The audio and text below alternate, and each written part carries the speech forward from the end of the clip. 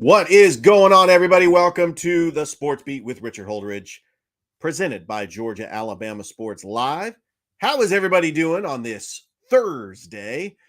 As we've got a jam-packed show, as normally I have a guest by this time. Sometimes I play best of shows.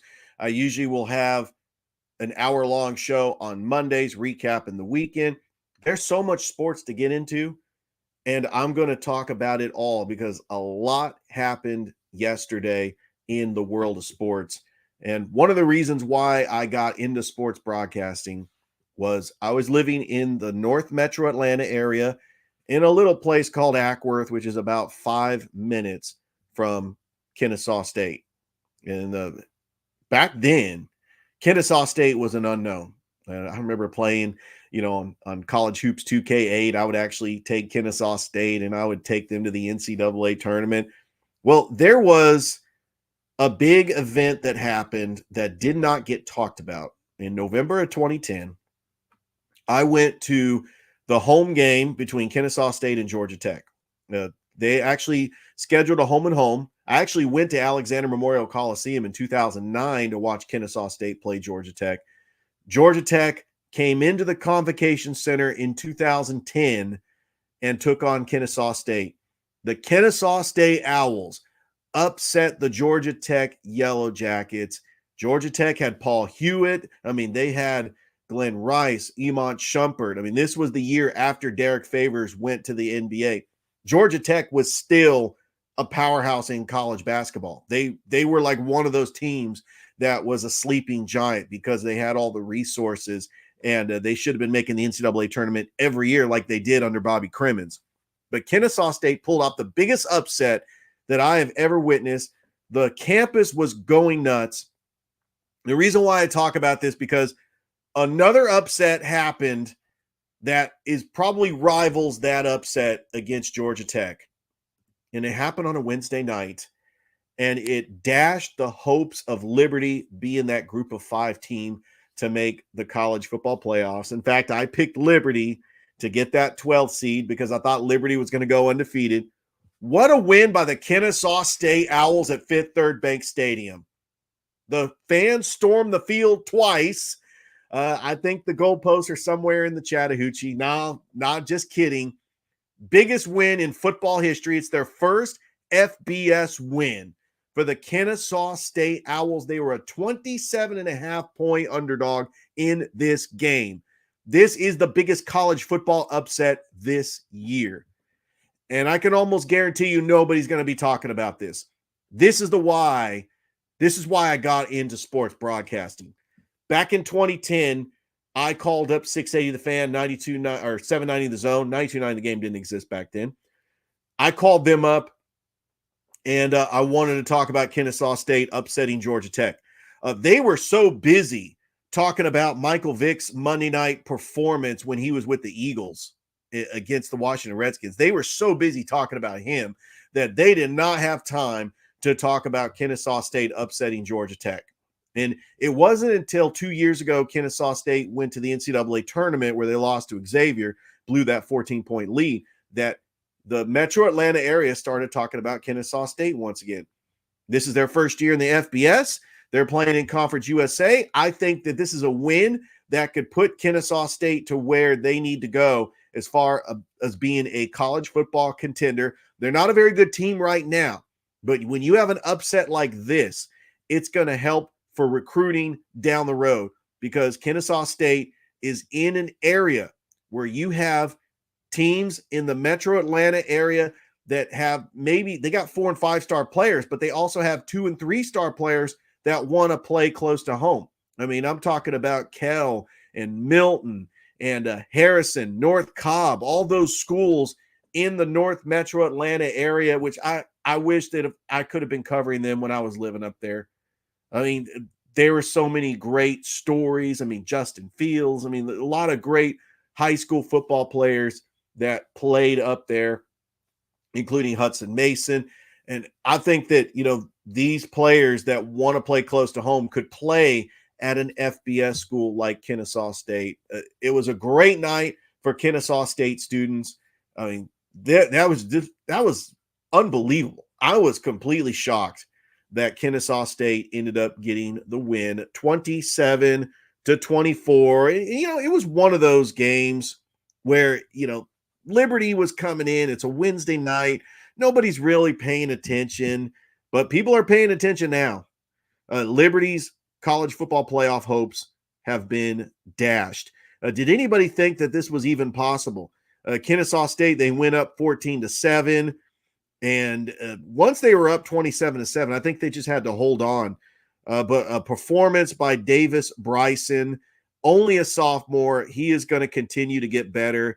He had a 16-20 passing, 189 yards and a touchdown, including a 41-yard pass. And the Kennesaw State Owls, what a win. Yeah, that 41-yard pass was to Christian Moss. That actually tied the game at 7. A lot of people thought that Liberty was going to run away with this game because they were a 27.5-point favorite. So congratulations on the win, the Kennesaw State Owls. You can go celebrate. And it was also televised. So, they actually talked about it on the highlights on SportsCenter this morning. So great win for the program for Kennesaw State. Let's talk about the NBA last night. We're going to talk about the Atlanta Hawks getting the 120-116 win over the Brooklyn Nets. A great performance by Trae Young. He scores 30 points. And then how about Onyeka Okongwu? A career-high 28 points. And there's a reason why he was picked 6th overall a couple of years ago in the NBA draft. It wasn't a very good debut for the number 1 overall pick, Zachary Rezacher. He only scored 7 points. But if you look at all the rookies right now, that none of the rookies are making an impact. Zachary Rezacher is going to get some time to get acclimated to the rotation. Jalen Johnson kind of struggled. He only had 11 points. Clint Capella was the starting center. You need to put Onyeka Okongwu as the starting center. I think right now Onyeka Okongwu is starting to come in his own. 28 points, 8 rebounds. You also had DeAndre Hunter. He shot 3 of 10. I mean, that wasn't a very good performance. I still think there's some things that the Hawks need to work on, and that's their defense because Cam Thomas was able to shoot the ball. He had 27 shots, he had 36 points. This was a very close back-and-forth game, and the Atlanta Hawks will take on the Charlotte Hornets next. So the Atlanta Hawks, a great win, and congratulations. And I want to say a big shout-out to Steve Holman, the play-by-play announcer for the Atlanta Hawks. He's been on the show. Just a great night for the city of Atlanta, and just seeing what this offense looks like without Trae Young and DeJounte Murray. His backup point guard, Kobe Buffkin, did not play in this game. Hawks did have Cody Zeller was out with an injury, but the Hawks, they are starting the season 1-0, and so a good win as they will be back at State Farm Arena this Friday, taking on the 1-0 Charlotte Hornets. All right, looking around the NBA, we're just going to go real quick talking about the NBA. Indiana Pacers end up beating the Detroit Pistons. I thought the Pistons were going to win this game. 6 players were on the court at once, and they ended up getting a technical for that. Miles Turner had 20 points for the Indiana Pacers as they welcome back. I think Benedict Mathurin is still injured. Tyrese Halliburton had 15, Pascal Siakam with 19. A good team. Nobody's picking them to go to the Eastern Conference Finals. Remember, they went to the Eastern Conference Finals last year. Detroit, I know that all the other Detroit teams are doing well.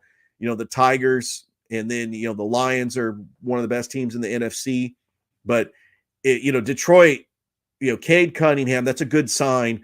Coming back from that injury, 28 points, but there's really no defense. I think that Bernie Bickerstaff is going to have his hands full, especially in a stacked East. Probably the shocker of the night, the Orlando Magic. They roll over the Miami Heat. The Heat are an anomaly. They just don't show up in the regular season. The Magic beats them 116-97 as Paolo Banchero scores 33 points. Terry Rozier did have 19 points for Miami. But the big question is, Jimmy Butler, what is going on with Jimmy Butler. I think that I was reading something stating that he is injured once again. I mean, this is just, yeah, he has to be injured. 1 for 8 from the field. He only scored 3 points. And he only played in how many minutes did Jimmy Butler have? I'm looking at the scoreboard right now. Jimmy Butler had 26 minutes. Probably one of his worst performances in his career. But the Heat, the Heat culture, they always find a way when they get to the postseason. So I expect the Miami Heat, even though this was just a terrible home opener loss, I expect them to do well. All right, the Milwaukee Bucks get a nice road victory over the Philadelphia 76ers, 124-109. The Sixers were playing without Joel Embiid and Paul George, but Damian Lillard scored 30 points. Giannis Antetokounmpo scored 25 in the win. The Cleveland Cavaliers end up getting the 136-106 victory over the Toronto Raptors, led by Evan Mobley's 25 points. The Charlotte Hornets able to get the win over the Houston Rockets on the road, 115-105. You got the Pelicans end up defeating the Chicago Bulls 123-111. Welcome back Lonzo Ball to the Chicago Bulls. DeJounte Murray did get hurt in this game, making his Pelicans debut. No Zion Williamson in the lineup. And then the Grizzlies welcome back Ja Morant as he scored 22 points and 10 assists in his return as they defeated the Utah Jazz on the road, despite Lauri Markkanen's 35 points. And then the Suns in a thriller. This game was on ESPN last night, 116-113 in overtime. Kawhi Leonard's going to be out for a couple of weeks for the Clippers. This was a game where Kevin Durant scored 25 points. Bradley Beal had 24 points. And then the nightcap, I was not shocked at this at all. The Golden State Warriors, 139-104 over the Portland Trailblazers. But death, taxes, and Draymond Green getting a technical foul in the home opener. So that is the standard. Steph Curry had 17 points, 10 assists, and 9 rebounds. He almost had a triple-double. Buddy Hield coming off the bench, making his Warriors debut with 22 points. And it was nice to see Scoot Henderson, the second-year player, get 22 points for the Portland Trailblazers. But the Warriors are going to be fine without Klay Thompson. I know the talk in Sports Talk Radio this morning is, the Warriors actually look pretty good without Klay Thompson because, Buddy Hield is an assassin behind the arc. He is a shooter. I think the Warriors will be fine, especially, if Steph Curry is still the leader out on the floor. I don't know how long Steph Curry can go, but the Golden State Warriors are going to be a borderline playoff team, possibly get into the play-in game. All right, so we have a busy week 8 in the NFL. Tonight, we got the Minnesota Vikings taking on the Los Angeles Rams, and the big question for the Rams is the health of Cooper Kupp and Puka Nacua. And I think that the Vikings end up winning this game. And then just looking at other news in the NFL, Bryce Young is going to start in place of Andy Dalton because of the car accident. We've got some of the games for week 8. The Atlanta Falcons taking on the Buccaneers. Both teams are 4-3, and the Falcons are a 2.5-point favorite. 49ers taking on the Dallas Cowboys on Sunday Night Football. 49ers are a 4-point favorite, even though, they've got a ton of injuries. The Jets taking on the Patriots. What is that going to look like with Devontae Adams and now Hassan Reddick in the backfield? If there's a game that's a very intriguing game, maybe Bills and Seahawks. Bears Commanders looks pretty intriguing. You also got Colts and Texans. If you're looking forward to seeing some of the NFL games, I think that we got a pretty good slate of football. As far as college football, Georgia is on a bye. We do have a college football game tonight. Syracuse is taking on Pitt. Pitt is a dark horse to win the ACC. I mean, they are undefeated. By the way, last night we did have Jacksonville State beat MTSU 42-20. We also have Georgia Southern taking on Old Dominion tonight on the road. Georgia Southern is 5-2. Friday's games, Louisville and Boston College. Both teams are 4-3. Boise State at UNLV. I am calling the upset. UNLV is going to beat Boise State. That's why I picked Liberty in my college football playoff rankings. But I think that Alshon Jeanty might end up going off because it's Vegas. It's going to be on the CBS Sports Network, 10:30 at night. I don't know who's going to be staying up to watch that. And then we got Rutgers taking on USC. And this is one of those games that USC is going to have to win. They're going to have to find a way to beat Rutgers because they are struggling in the Big Ten. Some of the games of note on Saturday for Week 9 in college football. Nebraska and Ohio State. That is the noon kickoff. I always love Gus Johnson and Joel Klatt. That is my favorite broadcast. Just first, you start off at noon. You're watching college football all day. That is the way to go. You got Indiana taking on Washington. Indiana's ranked 13th. They could possibly get into the college football playoff. In fact, some people have them as one of those at-large teams because I think a lot of people think they might only have one loss, and so the voters might get them in. Oklahoma taking on Ole Miss.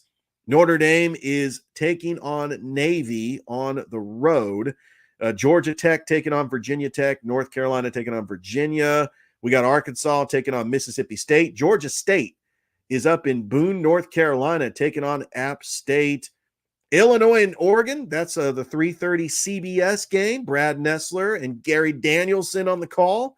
3:30 ABC game, Missouri at Alabama. Can Missouri beat Alabama? And Alabama is a 16.5-point favorite.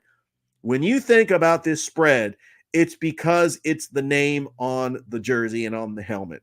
On the helmet. Alabama. It's Alabama. Missouri does have a very good quarterback in Brady Cook. I expect Alabama to win this game because they are not going to go down swinging. They are ranked. They are going to go down swinging, by the way. Yeah, they are ranked 15th. First time since 2010 that they have been ranked this low in the AP poll. Some other games, Oklahoma State having a terrible year taking on Baylor. What else we got? Texas at Vanderbilt. SEC Network, 4:15. I'm not calling the upset because I think that Texas is going to find a way to get this win over Vandy. Florida State and Miami, this used to be a great matchup in the 80s and 90s. Wide left, wide right. Florida State is terrible. Miami's playing at home. Miami is a 3-touchdown favorite. I think that Miami rolls Florida State. Utah, Houston. Utah having a very disappointing year. Penn State at Wisconsin. Don't forget, on tomorrow's show, I'll have my top 5 college football teams on upset alert. Auburn should win against Kentucky. And then Colorado, why are they not ranked? They are taking on Cincinnati. It is Week 9 in college football. We just got so many sports stories to talk about. We've got Game 1 of the World Series on Friday night between the Yankees and the Dodgers. We got the MLS playoffs, as Game 1 is going to be this Saturday between Atlanta United and Inter Miami. Your latest NHL update, as so far, the New Jersey Devils are the best team in the NHL, and rightfully so, because I think that, hockey with just starting, I'm very impressed with the former Arizona Coyotes that are now the Utah Hockey Club, doing a pretty good job. And just looking at the latest standings in the NHL, you got the New York Rangers and the New Jersey Devils tied with 11 points. The Washington Capitals behind them in third place in the Metropolitan. The Florida Panthers have the best record in the Atlantic. Over in the Western Conference, the Winnipeg Jets. This should make former Atlanta Thrashers fans sick to their stomach. The former Atlanta Thrashers, now the Winnipeg Jets, they are 6-0 on the season. That makes me sick to my stomach. I remember exactly where I was in the car. I was driving to work, and I heard over 680 The Fan. Breaking news, the Atlanta Thrashers have been sold to True North Entertainment.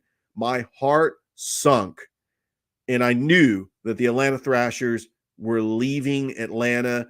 Makes me sick to my stomach. They're called the Winnipeg Jets. The Minnesota Wild, they're in second place, tied with the Dallas Stars. Over in, this is a double gut punch because the Calgary Flames are leading the Pacific, the former Atlanta Flames. So if there's a Western Conference final between the Winnipeg Jets and the Calgary Flames, I don't know what I'm going to do, because that is just awful that Atlanta does not have an NHL franchise. And they lost two. They lost the Flames to Calgary, and they lost the Thrashers, which became the Winnipeg Jets. So, yeah, I don't know what to say. Don't forget, you could catch another episode tomorrow. I'm hoping to get the guest line up. As on tomorrow's show, I'm going to have my top 5 teams on upset alert for college football, and I will make my NFL picks. I know we went briefly over the NFL schedule and the college football schedule. This is the best time to be a sports fan because all 5 major sports are going on right now. Don't forget, you can catch an episode every Monday through Friday on 2 to 3 on WQEE 99.1 up in Noonan. And you can also listen to the rebroadcast of the show. I'm found on Apple Podcasts, Spotify, iHeartRadio, or wherever you get your podcasts. Thanks for tuning in. Everybody have a great rest of your day.